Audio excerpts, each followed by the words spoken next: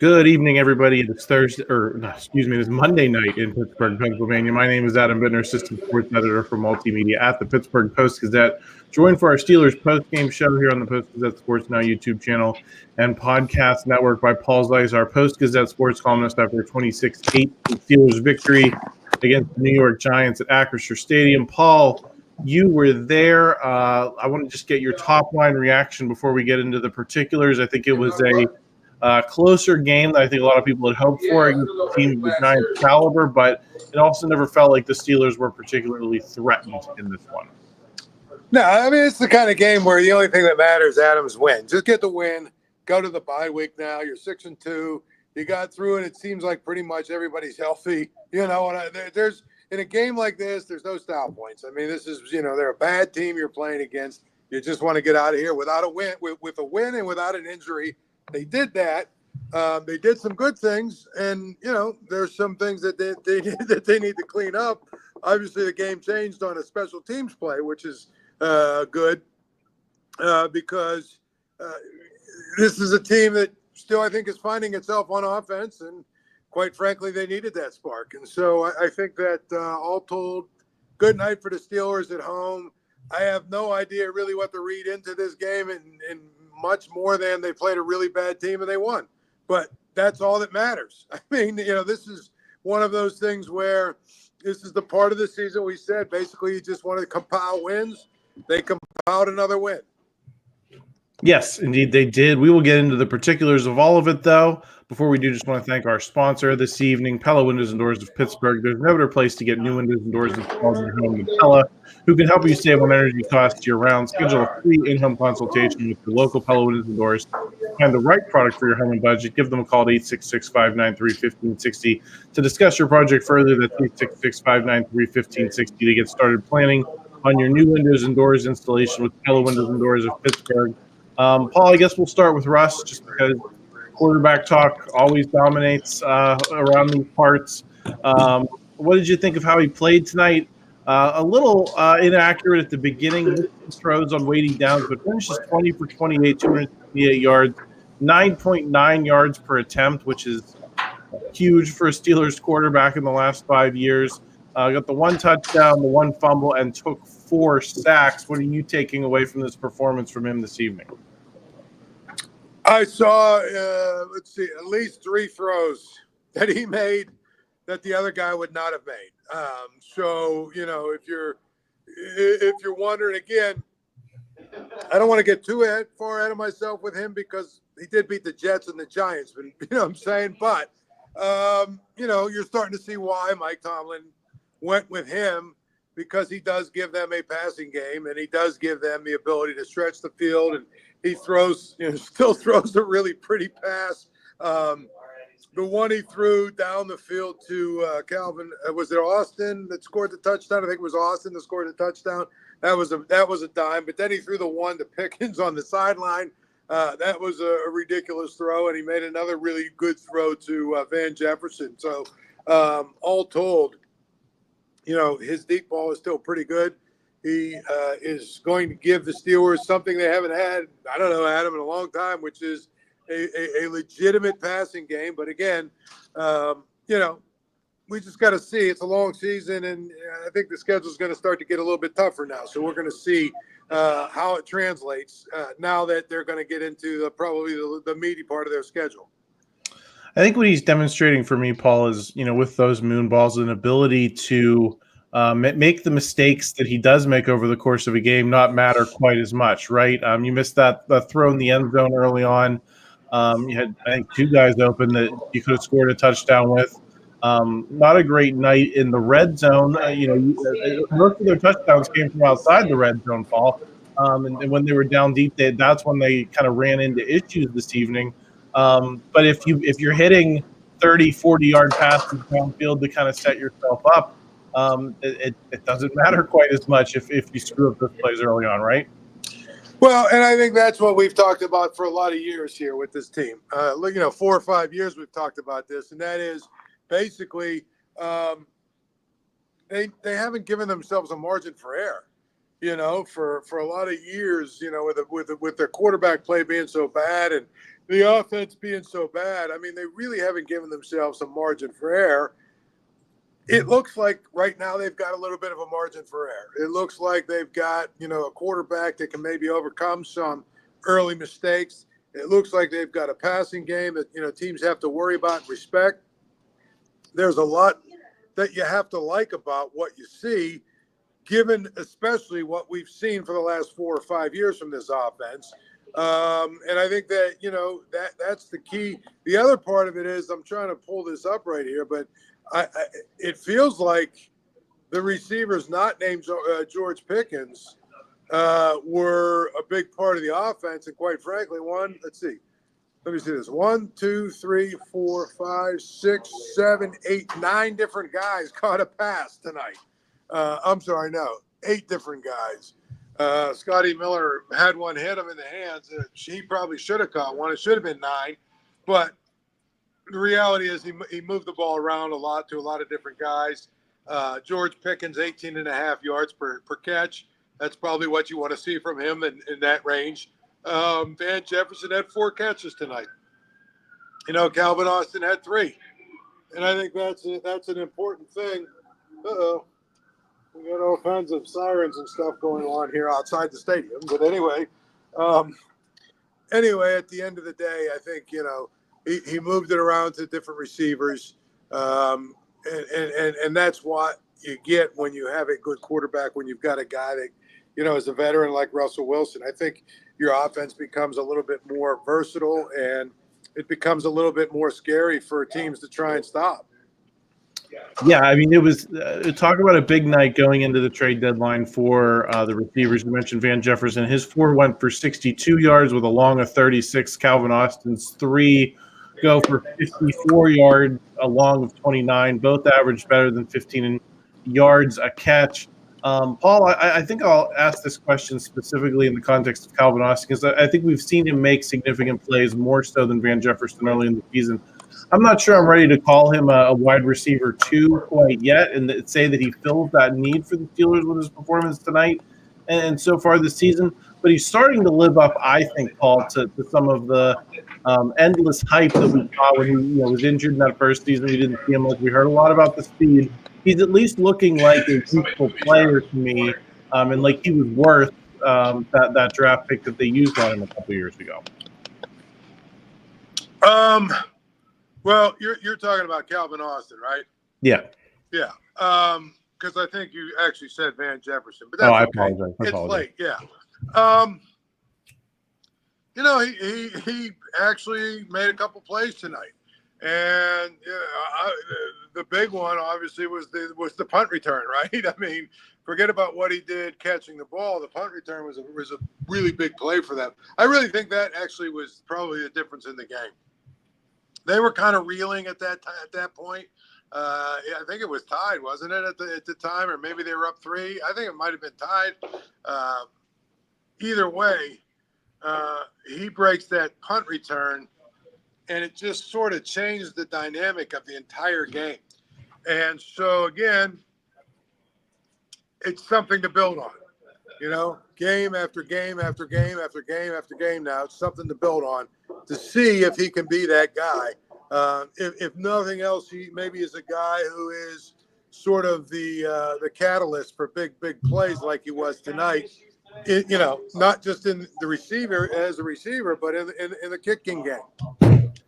Yes, I mean that was obviously very significant, and the special teams. I do want to get to that in a few minutes. The special teams the last couple of weeks have been very good, and I don't want to say they won games. I think a lot of guys contributed to winning games, but they certainly, provided the boost that I think a couple of times the offense has gotten bogged down. And pretty much from those points forward, things that have opened up. To your point, Paul. So certainly something to monitor. Another great night for Najee Harris. He had, I think, 82 yards in the first half, quieter in the second half, but still finishes with 114 yards on 19 carries. That's an average of 6 per carry. Paul, at what point, that's 3 100-yard games in a row, at what point are we going to start talking about that fifth-year option decision by Omar Khan and Mike Tomlin in the offseason as, a potential mistake given that there was just so much hype for seeing him in this Arthur Smith offense, and now you're starting to realize it with him? Well, I mean, I don't think it'll be a mistake. I think, at the end of the day, they want to sign him to I think they either want to sign him to like a 3 or 4 year deal, or they just want to move on from him. So I don't know that, it's necessarily a mistake what they did, because they feel like they can negotiate with him. And again, we just have to see what happens in the season. What I like is that he's running really hard. He's making a lot of yardage on his own. He looks like he's maybe, running with maybe a quarter step faster, if that makes sense. I'm not sure what there is to not like about it right now.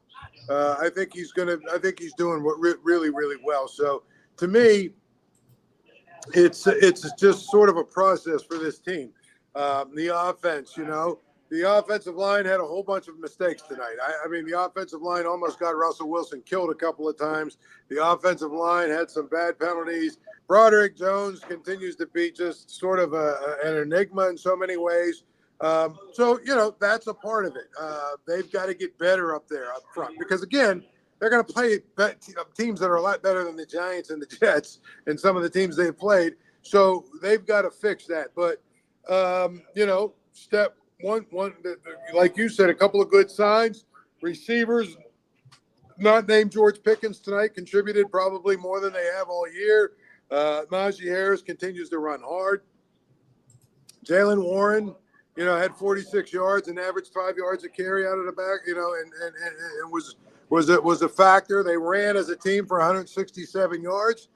There's a lot to like about what they did tonight, and so I think one of the things is you can get caught up in some of the sort of minutia, but at the end of the day, I thought there was a lot to like about what they did today. Paul, tonight was considered a kind of an audition by some people for Darius Slayton as a potential trade deadline acquisition to add to this receiving corps. He goes off for 108 yards on 4 catches. Really was the best offensive player on the night. I thought for New York. Obviously, Tyrone Tracy had a big night as well, averaged a lot of carries on the ground, but he had the 145-yard run, somewhat propping up those stats. Did you see from Darius Slayton what you would want to see in a potential, wide receiver 2 if the Steelers were able to get him for a 5th or 6th round pick here in the next week and a half? Oh, yeah. I mean, they can pick him up for that. I mean, what do you think? Of course you're going to do that if they can pick him up for that. The biggest thing teams like the Giants have to figure out, it's not quite like baseball. Bad teams in baseball sell, right? But in football, because of the salary cap and a number of other things, they really believe that maybe they have a chance to turn it around in 1 year. Because, everybody is theoretically not that far from the middle. So, to me, if you're going to get that, if you're going to be able to give up that and get him, absolutely. But I think it's going to take a little bit more than that if you really want to go get him. Well, certainly after that performance tonight, it might. Just the way he played off of Malik Neighbors, though, I thought was pretty impressive. But that was the reporting this week, Paul, that he could possibly be had for a 5th or 6th round pick.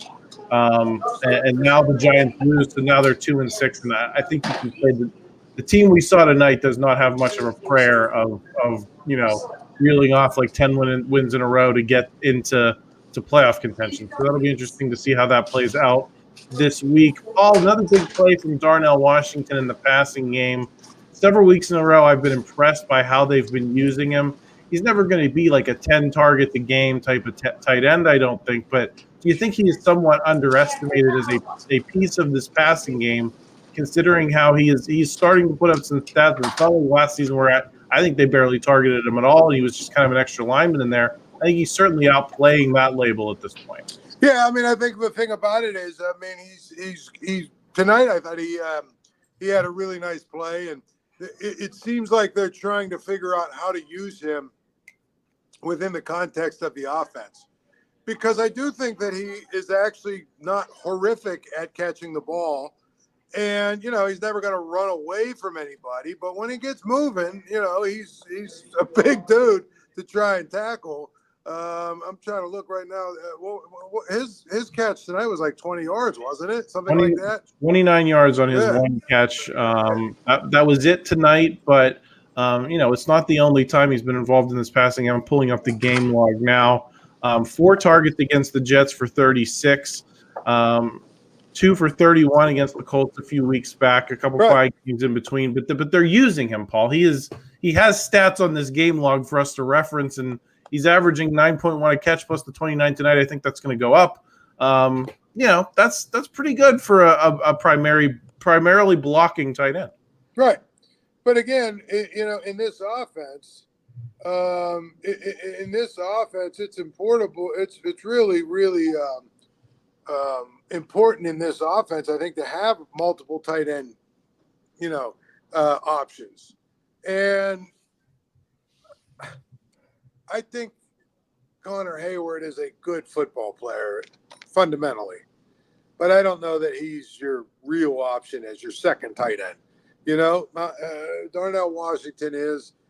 I think Connor Hayward maybe is a guy that is probably best suited as sort of like a pseudo H-back type guy that, you have a couple of little package plays here and there for. But to me, in Arthur Smith's offense, who, he wants to have 2 tight ends. I mean, Washington looks like it to me.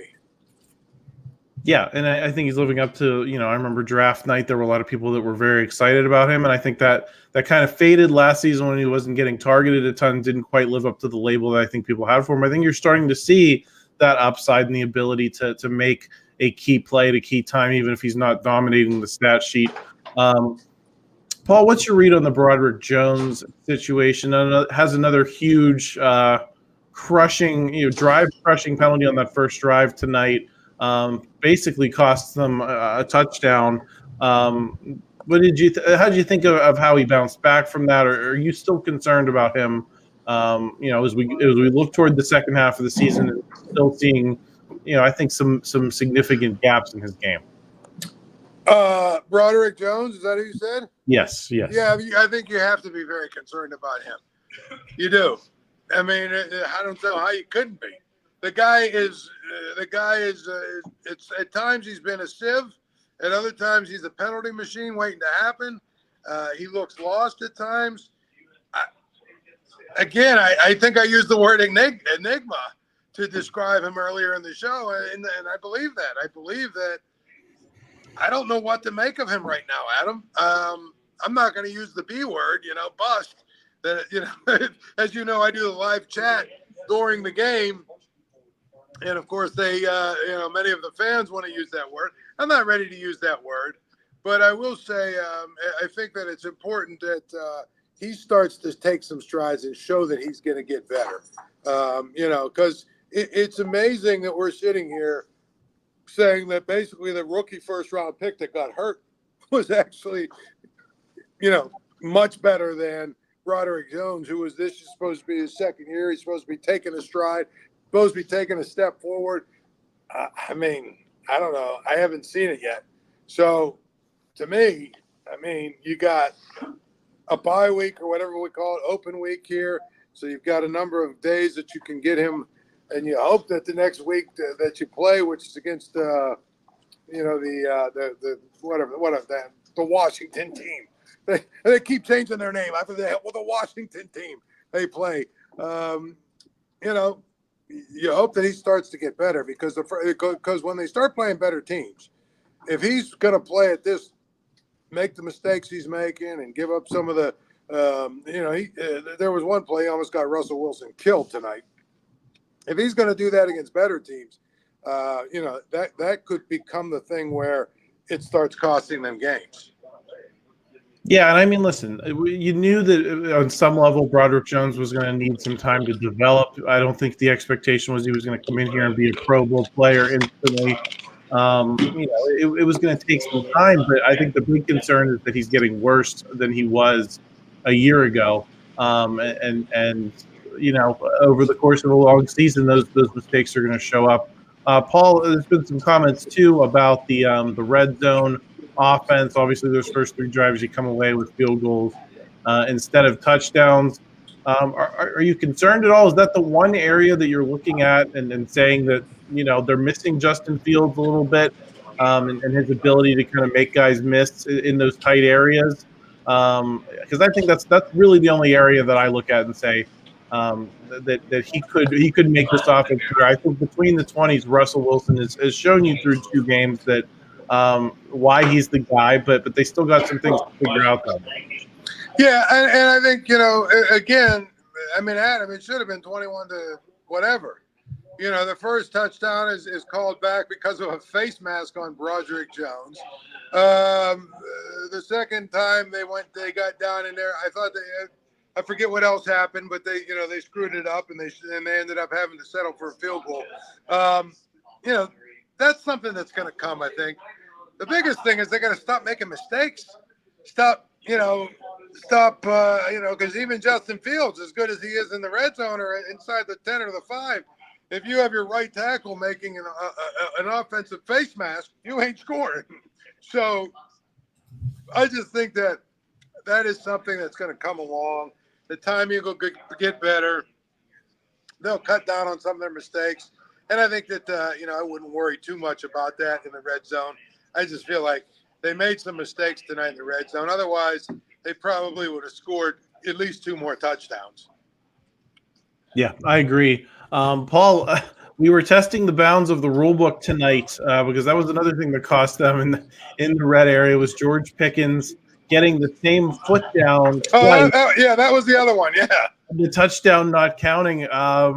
Did you know that was the rule, that you can't get the same foot down twice and have it count? And B, I did. Believe it or not, I did know that. But it felt to me like he got both feet down. So that's why I was on the chat saying, this is going to be a touchdown. Because I didn't, but Brian Backo was sitting next to me and he showed me the video, after he watched it a bunch of times, and he said, guess what? This isn't a touchdown. And, that's the rule. The rules, it was a dumb challenge by Mike Tomlin because they had reviewed it already because it was a scoring play. So he was challenging the review. It's like, well, we already watched this. We know what it is. So that to me, I think, was one of those things where the challenge was really dumb and cost them a timeout. I don't know that was very significant in the grand scheme of things, that timeout, but the challenge was dumb. That was a really kind of a weird play, but everybody sort of was talking about it. Paul, before we wrap up on offense here, any reaction to the Roman Wilson news? He goes on injured reserve. I think it's possible. I think you have to be on the list for 4 games. So, in theory, you played 8, you can get him back for game 13. But it's hard to imagine him coming in that late and being part of this offense doing nothing all year. My thoughts on him. I basically said, Adam, I don't know that he'll make it through the season because he's so small and the way he plays, he's so physical, and all that other stuff. I felt like he was going to probably get banged up a little bit, but I mean, this was even beyond excessive when I talk about that. I mean, at the end of the day, his injuries probably had nothing to do with how small he is. He just basically had some soft tissue type injuries, and so it's pretty much over for him. Try again next year. Yeah, I'll be surprised if we see him other than maybe a bit role if they need some depth later in the season. Paul, do we talk enough about the special teams? You and I talk on the YouTube channel about the quarterbacks. Everyone on this channel talks about the quarterbacks. But that's 2 weeks in a row that Danny Smith units look really good. And he is, he's the guy that people love to bury when they screw up.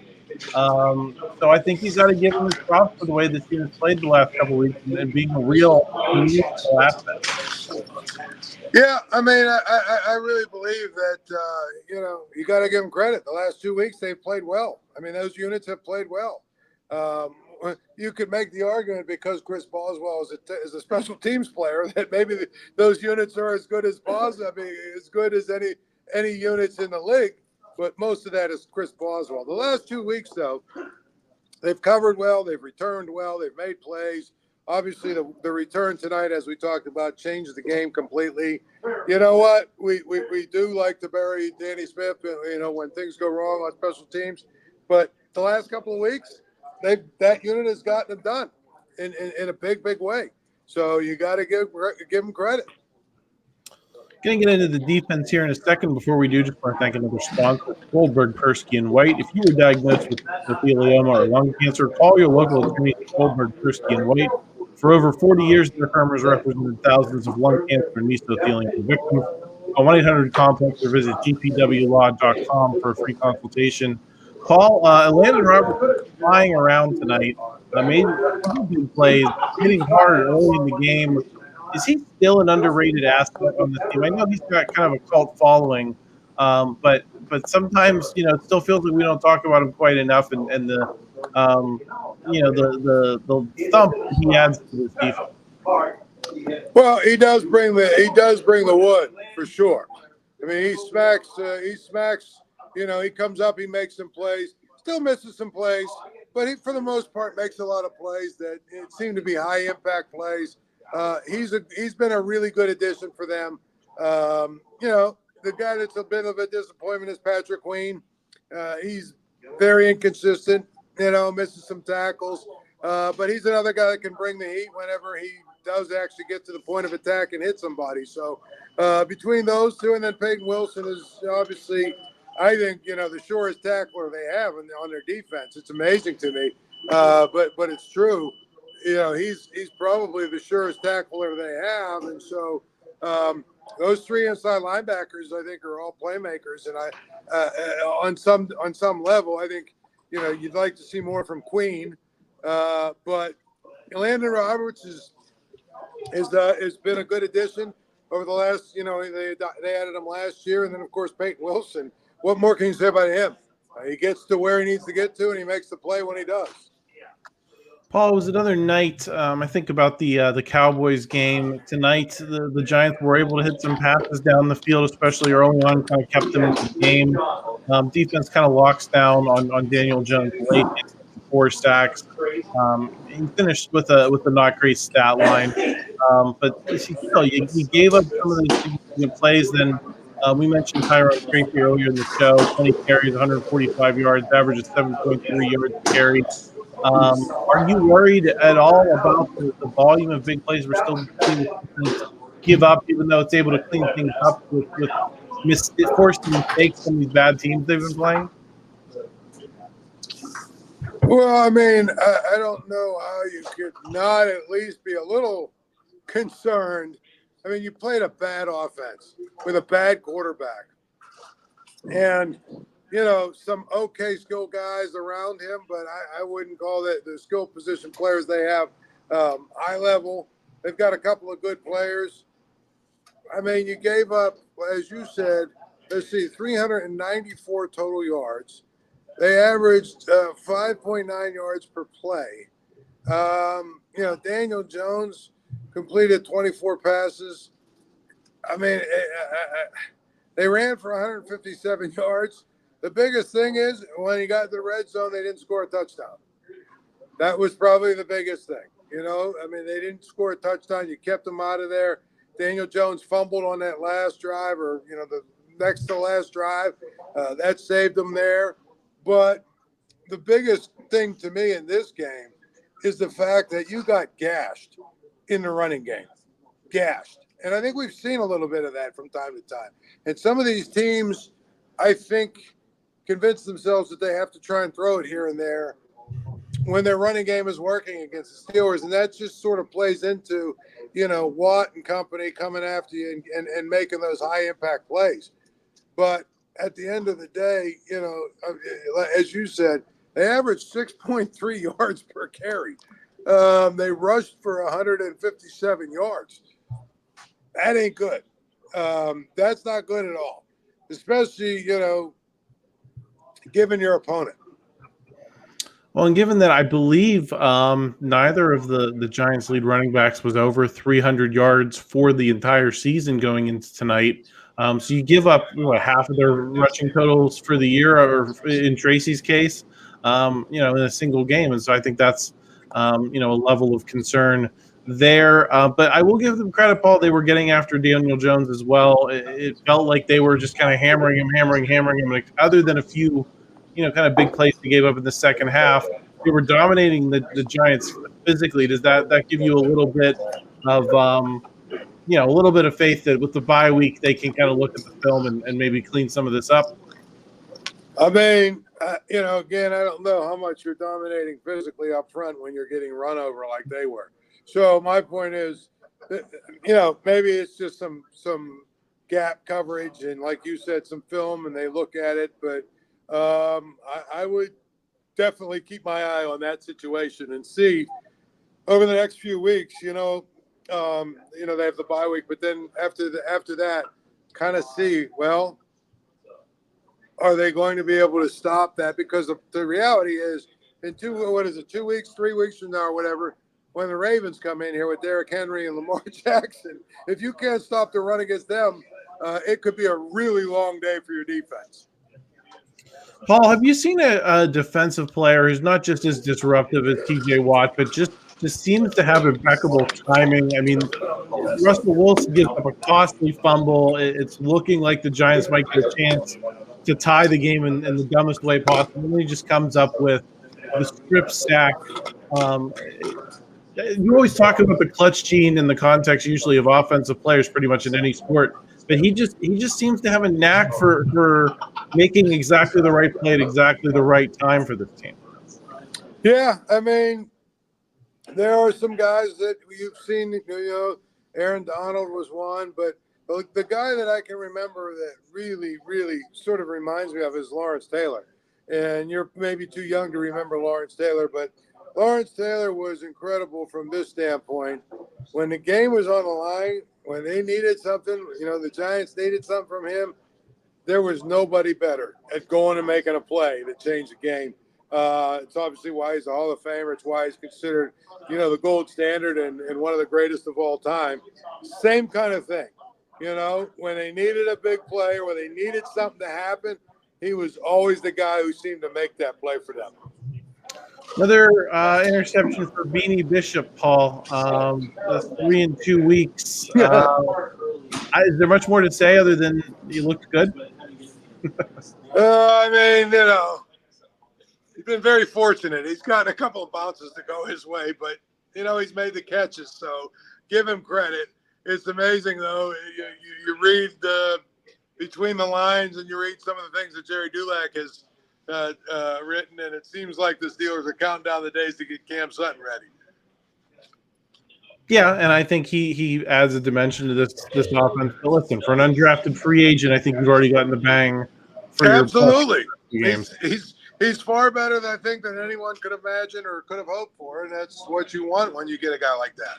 They're getting more out of him than guys they spent actual draft picks on. So exactly. I mean, that is a good sign. What the heck were the Giants doing on that 2-point play, Paul? I mean, again, I think Brian DeBall's going to get fired at some point anyway. But if I was the owner, I might have fired him after watching that. First of all, let's talk about the decision to go for 2. I know all the, what I mean? But again, by going for 2 there instead of 1, even if you score there at the end of the game, you got to go for 2 in order to try and tie the game, right? If you kick the extra point, okay, at that point, if you score late there, like say the Giants went right down and scored at the end, they at least have the option to go for 2 to win, or kick the extra point to go to overtime. My point is, I think that most of these guys should lose the ability. They should lose the ability to decide to go for 2, because most of them are really terrible at figuring out when you should go for 2 and when you shouldn't. And then on top of it, you throw the actual play call in. And I don't know if it was a good night for whoever made that decision and also designed that play. Yeah, I had a bigger problem with the play call. I think I was watching the Manning cast. Bill Cowher said on there that he thought that's something you do in the first half to try to get them napping. That's not a kind of second half go for two situation. I didn't have a problem with the decision because that is what the analytics are telling you, especially if you're a team like the Giants. They didn't score twice, and so that was probably going to be their best chance to win the game. Was giving them the chance to win by one rather than hoping for three scores in the last fourth quarter and overtime. They weren't playing that consistently on offense. I think they could have counted on it. So I didn't understand the decision, but the execution was terrible. I'll wrap the show on this, Paul. What did you think of the team that they beat tonight? Were the Giants as bad as you expected them to be? Yeah, they're brutal. They're bad. I was looking at their schedule, trying to figure out when their next win is. And I just don't know, if you look at their schedule. Oh, I'm sorry. I did find it. 2 weeks from now at home, they play the Panthers, who are god-awful as well. But if they don't win that game, they got, they're not beating Washington next week. If they don't beat the Panthers in 2 weeks, then they got Tampa. They're not winning. As bad as the Cowboys have been, they're not winning that game. They might beat the Saints because the Saints, half their team is hurt. But then they get the Ravens, at the Falcons, the Colts, and at the Eagles. We're looking at a team that's going to struggle to get to 5 wins. They're bad. So the Steelers did what you're supposed to do to bad teams, and that is you beat them. Any final thoughts, Paul, before we let people go to bed here? No, it's amazing how late these games seem to go, Adam. And I feel like I'm getting old because I'm actually like sort of tired now. Now I got to make my way all the way to my car and drive all the way home. Not happy about it, but it is a good night here at Acrisure Stadium. By the way, the first, what do they call it? The first man or the first gentleman or whatever that. What is Kamala Harris's husband's? I believe he's the second gentleman, Doug Emhoff. Second gentleman, yes, he was here tonight. So my day started. I could have either waited for the Secret Service and everybody that was hovering around. They were trying to put him in the elevator and everything. Or I made the decision, well, it's going to take forever for this to happen. I could be actually late getting into my seat. So I ended up walking up four stories in the stadium. And by the time I got into my seat, it was well before kickoff. I couldn't breathe. I started thinking to myself, I am really old.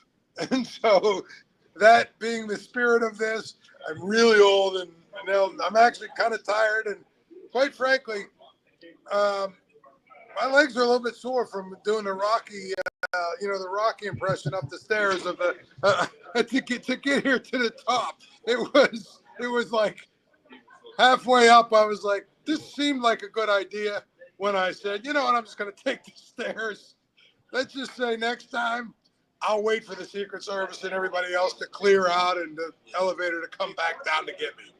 Well, this was the last game before the election, Paul. So hopefully, well, then again, who knows? Maybe Taylor Swift will have her own Secret Service here for that Christmas game against the Chiefs. But Paul, go home, get some rest. You're going to be back tomorrow around 5 p.m. for a live stream. So we'll get your second day thoughts on the Steelers game. Much more coming from Acrisure Stadium. We'll have Jerry Dulac, Ray Fittlepaldo reacting. I'll be back with Brian back on Chipped Ham and Football tomorrow. So if you're not already, subscribe to the channel, sign up, all the content coming your way. Looking forward to breaking down this game and getting into the bye week. If you enjoyed the stream, pop a like on it, help us out in the YouTube algorithm. We always appreciate that. And otherwise, have a great night, everyone. All right, we'll see you.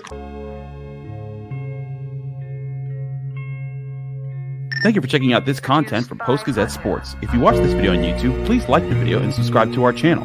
For all of the sports coverage the Post-Gazette has to offer, visit post-gazette.com.